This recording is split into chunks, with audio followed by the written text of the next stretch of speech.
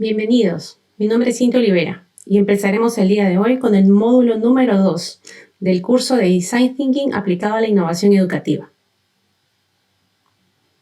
¿Qué aprendizajes esperamos aprender en este módulo? Bueno, aprenderemos la importancia de la identificación de la problemática y el definir el problema de una manera correcta. Para ello, debemos entender por qué encontrar el problema en realidad es un problema y cómo podemos resolver el problema.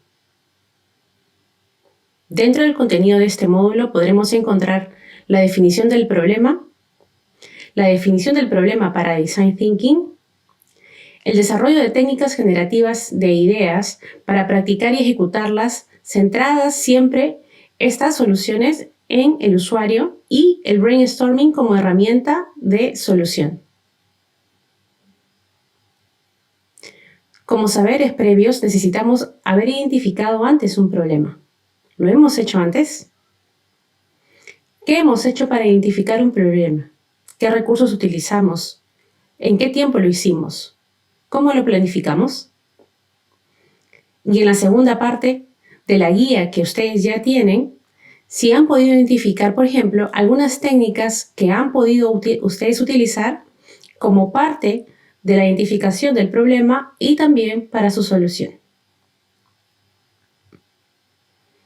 Design Thinking.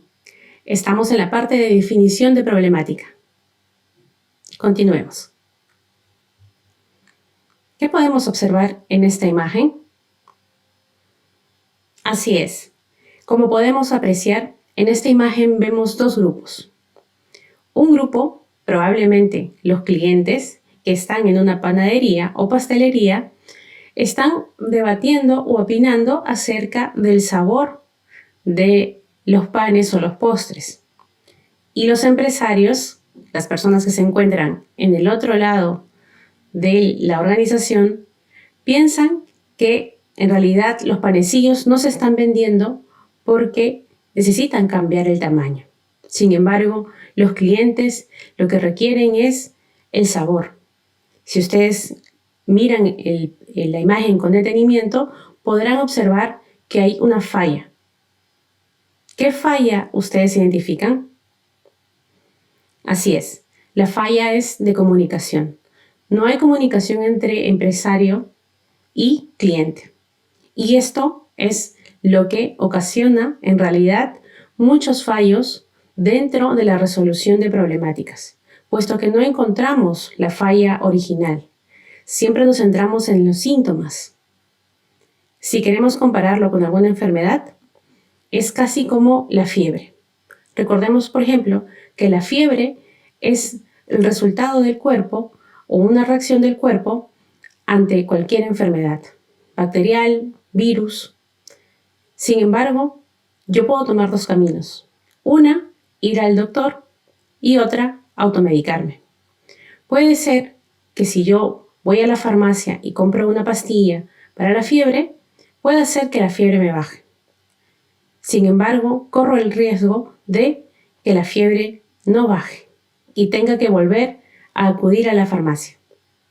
Y si, por el contrario, la fiebre baja, tampoco estoy segura de que la fiebre haya sido producida por simplemente algún virus o alguna bacteria. Es por eso que es necesario acudir a un especialista. Pasa lo mismo con Design Thinking. Siempre es necesario encontrar el problema de fondo y no centrarnos en los síntomas, es decir, en la fiebre que pueda producirse en la organización.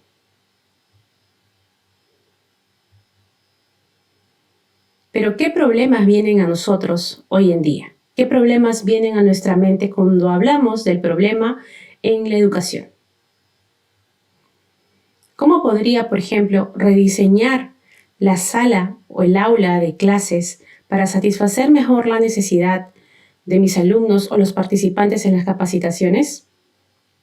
Seguro ustedes se han puesto a pensar, este es un desafío que hoy vivimos todos los docentes o las personas que nos encontramos realizando actividades de consultoría y capacitación, puesto que el rediseño ha sido todo un reto y en realidad continúa siéndolo.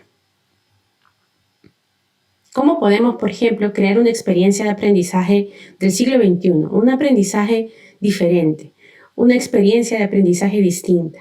Existen muchos métodos, muchas metodologías, pero todas, como ustedes ya han visto en los módulos anteriores, se basan en técnicas que han sido utilizadas y que siguen siendo utilizadas en base a técnicas muy pasadas. No quiere decir que lo pasado ya no esté vigente, no me malentiendan. Lo que sucede es que debemos aprovechar la tecnología, pero también las nuevas modalidades que éstas nos brindan. ¿Cómo podemos entonces rediseñar nuestro enfoque y el desarrollo de entrega curricular enfocada siempre a desarrollar nuevas experiencias educativas y de capacitación para los profesores también y para los alumnos? Esto es un reto, puesto que también las mallas curriculares, los diseños de cursos, todos han cambiado. Ya no solo se basa en la sumilla, los objetivos y también simplemente el contenido. De hecho, así como lo estamos haciendo hoy, hablamos de formas más interactivas, diseño curricular más interactivo, diseño curricular que interactúe de alguna manera y busque interactuar con los participantes. Para ello no solamente se programan contenidos, sino también actividades que busquen la interacción con los alumnos y los participantes del curso. En realidad, hay un montón de problemas hoy en día en la educación. Algunos de estos seguro que pasan por su mente, que los estudiantes quizás no están interesados en el tema o que no encuentran, por ejemplo, alguna red de contactos de docentes, sería interesante hacerlo, que la comunicación, por ejemplo, no es tan eficaz o no lo ha sido, que la sala de clases, ya sea la presencial o la virtual, no se acomoda quizás a las necesidades no solamente de los alumnos, sino también del docente en que lo imparte. Y si bien es cierto, por ejemplo, antes el problema era el tráfico o el tiempo que podíamos pasar tratando de llegar al aula, ya sea para buscar la clase o para brindarla, ahora el problema quizás tiene que ver con la conexión. Es por ello que la gestión eficaz en múltiples niveles es necesario. También tiene que ver con el que no tengamos siempre el mismo nivel, por ejemplo, de atención o de conocimiento o de conexión con los alumnos en la clase. A veces podemos sentirnos solos y esto es importante, puesto que ahora en el área online, en el área virtual, muchos de nosotros pues estamos hablando con una cámara, como yo lo estoy haciendo ahora, y tenemos que buscar la participación activa y la interacción para poder levantar y sobrepasar esta valla. De hecho, también algo que preocupa mucho a los docentes es que las calificaciones no representan en algunas ocasiones el aprendizaje de los alumnos. Por eso es que es necesario, por ejemplo, también preguntarse qué estamos haciendo para ello. Y al finalizar, si la comunicación entre la parte docente y administrativa también nos puede ayudar a gestionar este tipo de problemáticas. Otra parte importante y que hemos podido recoger de muchos docentes sabiendo su opinión es que algunos de ellos no pueden encontrar, por ejemplo, cómo se están preparando los participantes, los niños, los jóvenes, ya sea en nivel secundaria, primaria o técnica universitaria, cómo se están preparando para el futuro. Asimismo, que dentro del hogar quizás no encuentran el apoyo necesario. Así, también los horarios, ya sea los horarios, por ejemplo, de presencial o del horario virtual, no se enfocan y no se ajustan a los horarios de enseñanza que hoy en día tenemos preparados y bueno, tenemos que aceptar dentro de este enfoque nuevo educativo. De hecho, como ustedes pueden ver, hay muchos problemas que se nos suscitan. Sin embargo, y como hemos visto en el módulo anterior, es importante poder priorizar, hacer jerarquía, puesto que hemos visto muchos problemas que se nos vienen a la mente. Sin embargo, no todos pueden ser resueltos al mismo tiempo. No porque no quisiéramos, lo que sucede es que debemos encontrar prioridades. Es importante entender que hay problemas, por ejemplo, que son los que ocurren en casa, que son más difíciles de manejar.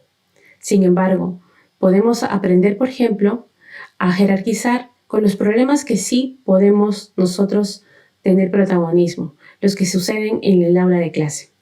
Entonces, quizás en el momento en que ustedes empiecen a identificar problemas, sería importante que puedan charlar con su equipo, ya sea otros docentes, quizás otros alumnos, también el área académica, gestión de recursos humanos, el área de psicología, el área administrativa, el área de mentoría, por ejemplo, que pudiera ayudar a hacer la jerarquía de la identificación de los problemas. Puesto que ya hemos visto, encontraremos muchos. Sin embargo, es necesario que podamos poner en perspectiva con cuál de ellos es que vamos a comenzar. Por eso es que es tan importante la definición de una problemática.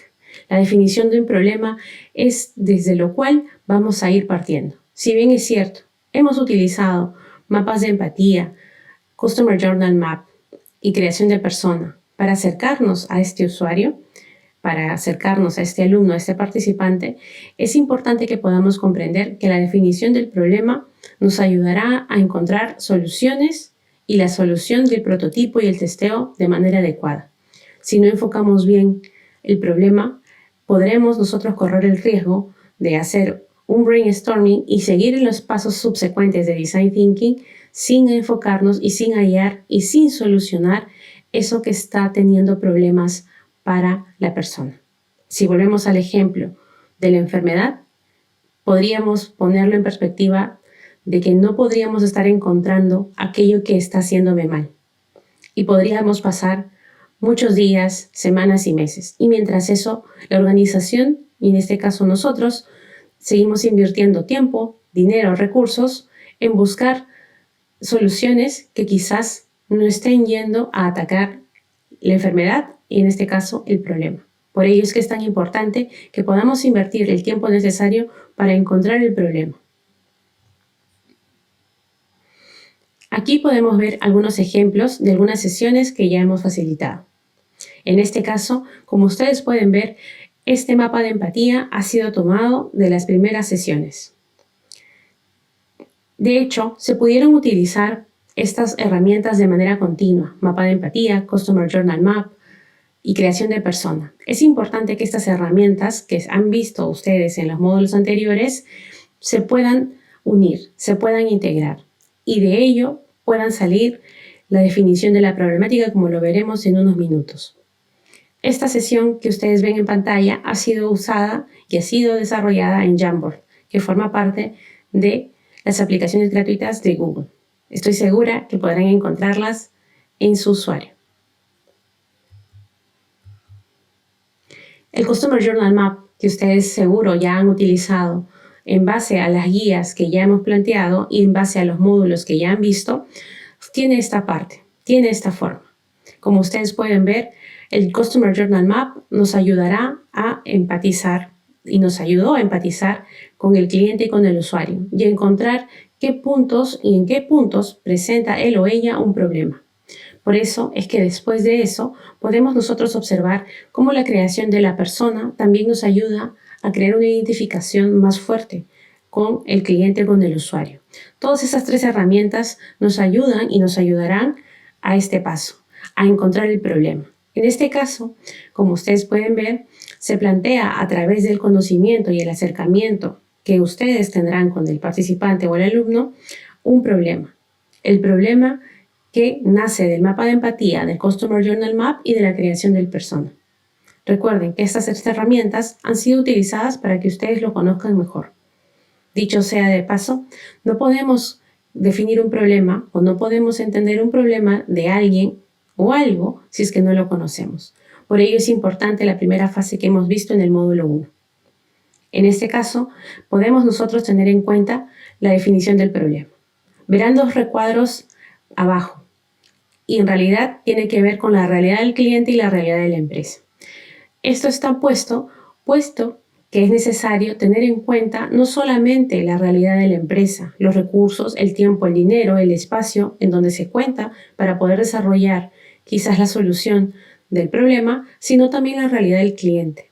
Recuerden que hablamos en el primer módulo sobre los recursos que pueden tener los clientes o los usuarios. El acercamiento a una laptop, a un celular, el espacio que pueda tener, por ejemplo, para llevar las clases y otras cosas más que puedan ser consideradas dentro del entorno del cliente. Por ello es importante tomar en cuenta todo ello para poder nosotros sumarlo a la definición del problema. Acompáñenme por favor a ver este video. Lo encontrarán ustedes dentro de los recursos también pertenecientes a este módulo número 2. ¿Qué pudimos ver entonces en ese video? Como ustedes han podido observar, la profesora tuvo un reto, tuvo una discrepancia y tuvo una problemática en su centro laboral. Design Thinking la ayudó no solamente a ella, sino también a los alumnos, que al final se empoderan y son partícipes, como lo hemos mencionado antes, del trabajo en equipo, del trabajo en conjunto. Por ello es que Design Thinking muchas veces suma al usuario como parte del equipo multidisciplinario que resolverá el problema y el desafío. Sigan ese paso, por favor. Es importante entonces que tomemos en cuenta que algunos criterios para resolver el problema o para identificar el problema son que el enfoque sea directo, que sea inspirador para el equipo, porque si bien es cierto, nosotros podemos definir un problema, es necesario que el problema sea tan retador como el equipo lo crea. Así, el equipo tendrá un reto y un desafío, el cual querrán cumplir. Eso ayudará a generar mucho dinamismo e intercambio de ideas dentro del equipo. Ayudará también este problema a capturar las mentes y los corazones del equipo y ayudará a resolver ese problema que finalmente seguro al inicio parece imposible y que estoy segura que luego se darán cuenta que no lo fue. ¡Felicidades por haber terminado esta primera parte del módulo 2! Recordamos, sí, que la definición del problema es en efectivo un problema y que la definición correcta de un problema toma tiempo, pero no es imposible, y puesto que sin ello no podemos seguir avanzando. De hecho, muchas veces la definición del problema es uno de los pasos que más recursos y tiempo toma en esta herramienta ágil que es Design Thinking.